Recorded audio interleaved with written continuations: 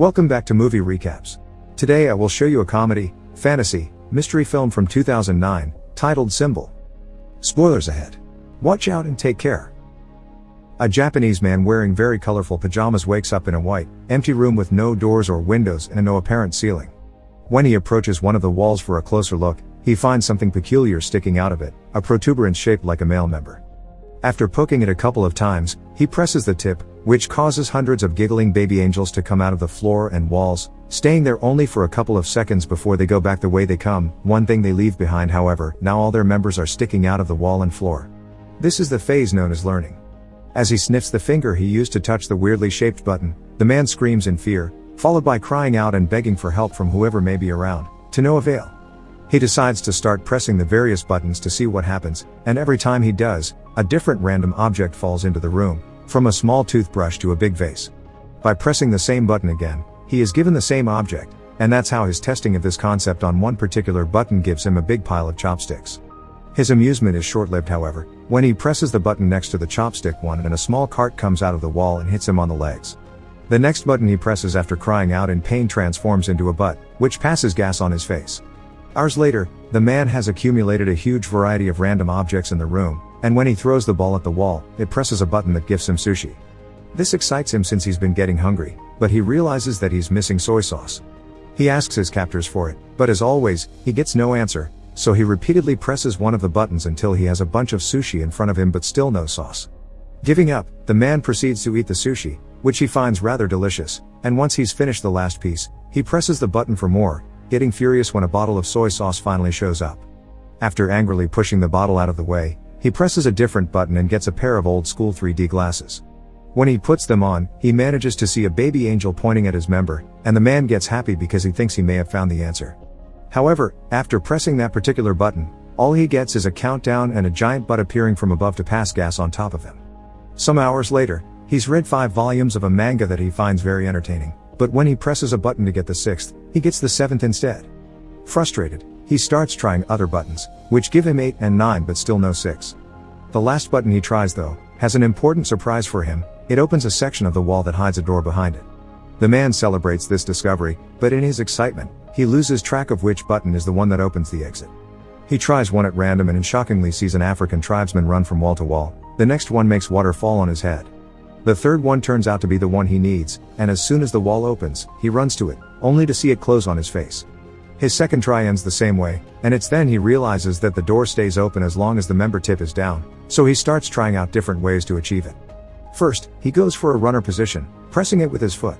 Next, he hits it with a fly swatter from as far as possible, hoping the distance will make a difference in his running time.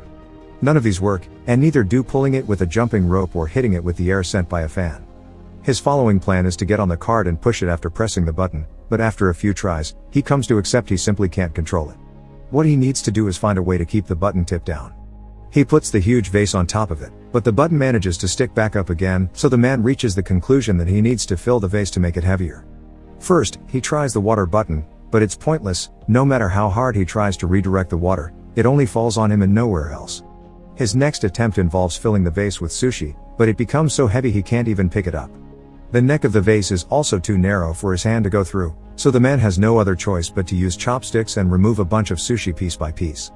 Moments later, once he's removed enough, he manages to barely pick up the vase, so he does exactly that and takes it closer to the buttons.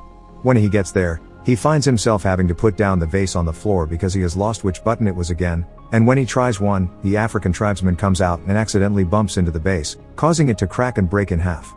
This sends the man over the edge, who, as he freaks out and yells nonstop, finds the right button and begins covering it with sushi.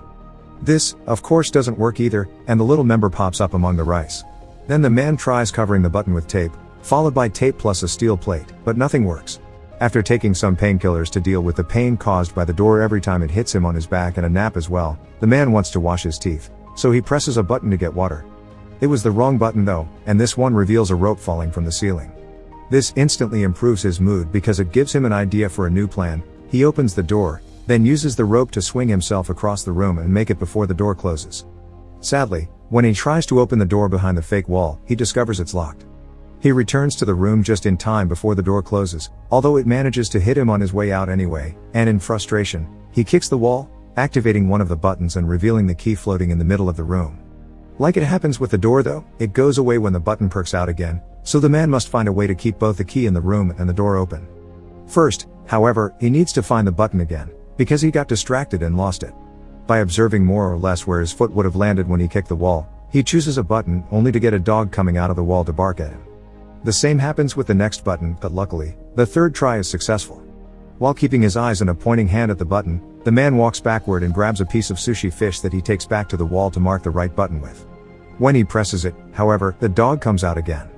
This time he finds the button faster and proceeds with his plan. He makes the rope appear and swings on it to reach the different buttons, but it is still enough. As he falls to the floor, he sees a plunger he had gotten from one of the many buttons, and gets an idea on how to solve his little issue. He can use the plunger to touch the wall and push himself farther. After one failed attempt, the plan goes smoothly, and the combination of swinging on the rope and pushing himself with the plunger allows him to press the button key, grab the key, press the door button, and reach the door before it closes. He wastes no time and inserts the key in the lock, quickly turning it, but when he tries to open the door, he finds a nasty surprise. It also has a separate lock on the top that requires 3 numbers to open it. The man rushes out, getting hit by the door as it closes, and in frustration, he throws the plunger at the opposite wall, activating the button that releases the African tribesman. As he watches him walk by, he realizes something. There are 3 numbers painted on his forehead, which must be the combination he needs. Since the time behind the door is limited, the man goes through the process of doing the whole swinging on the rope and jumping deal 3 times, 1 for each number to be put in. The 3rd time, he stays there and opens the door, which is a bit stuck and he has to push extra hard to open it. When he finally manages to do so, the piece of wall behind him closes, leaving him trapped and without enough room to finish opening the door. Devastated, the man sits on the floor and starts crying, remembering all the fun he had with the objects he had gotten from the buttons. He had been locked there too, but at least he had room to move and entertainment, and now he realizes he didn't appreciate what he had while he could. Suddenly, he feels a breeze on his face coming from the left wall. As soon as he touches it, he finds a crack that indicates it's a fake. He wastes no time and pushes the panel open before running out of there, soon reaching a mysterious hallway floating in a pitch-black area. It feels like he spends an eternity running towards an exit, and when he finally makes it to a room, his hair is longer and the colors of his pajama have faded. This room is also empty and the door he uses closes as soon as he enters, but instead of baby angels, here there are adult ones, who also disappear into the wall and only leave out their members to be used as buttons. This is the phase known as practice. Meanwhile, in a city in Mexico, little Antonio's family is worried because the father, a wrestler known as Escargot Man, is behaving more taciturnly than usual. His wife thinks it may be because this next opponent is much younger than him, but the grandfather points out that what matters is experience, not youth. Escargot Man is picked up by his daughter's sister Karen on her truck and she drives him to the wrestling ring so he can start getting ready early, which includes changing clothes and praying to the Virgin. At school, Antonio is being bullied by his classmates for betting on Escargot Man, calling him a weak loser. As the time for the match to start approaches, Sister Karen takes her van again and picks up Antonio and their grandfather to take them to see Escargot Man in action. Karen doesn't stay though, and Antonio and his grandfather find some of the last seats for themselves right before the show begins. The first team that enters the ring are the Northern Tough Ones, formed by Super Demon and Tequila Joe. Then Escargot Man and his partner Silver Eagle come in under the team name Kiss Me A Lot. Silver Eagle is the first one to fight for his team with a brilliant beginning, but he's soon overpowered when the Northern Tough Ones fight him together instead of one-on-one. They keep gesturing at Escargot Man, asking him to join the fight, but he refuses to do so until Silver Eagle pulls a trick to make Super Demon and Tequila Joe hit each other, allowing him to escape. Escargot Man is quickly overpowered as well. But just when his opponent is about to hit him with a chair, the man in the mysterious room presses a member button and causes Escargot Man to magically extend his neck and knock out both opponents with a hit of his head. In the room, nothing happens, which calls the man's attention, so he keeps pressing the same button, causing Escargot Man to knock out Silver Eagle, the referee, Antonio, and even the bell. Seeing no results, the man starts trying out different buttons. One causes the singer of a metal band to breathe fire above his audience during a concert in Los Angeles. The other makes a Russian magician fail his trick when he tries to make his assistant disappear, and the third one makes a man in China bark at his own dogs. The man is about to give up when he sees some light coming from above and notices that unlike the last room, here there is no ceiling and he can see the angels flying around in the distance. He decides to try something completely new this time. Instead of pressing the member buttons, he will use them to climb the walls. It works, and every time he grabs a button with his hands or steps on them with his feet, something amazing on earth happens, from flowers blossoming to an elephant dying. The highest he goes, the more complex the effects become. It's not only nature anymore, There is also humanity in both the little and the big things, like a toaster and landing on the moon.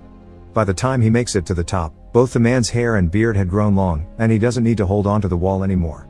Now he can float as well, just like the angels, and using all his experience gained from the training at the previous rooms, he embraces his role of God and begins choosing humanity's biggest hits on purpose instead of randomly pushing buttons. By the time he's done, he's surrounded by feathers instead of walls, and he enters a glowing portal that takes him to the last room. This one has the continents on its walls and a huge member button that the man is about to press. This is the phase known as future. Make sure to subscribe and turn on notifications so you can watch more videos like this. Thanks for watching.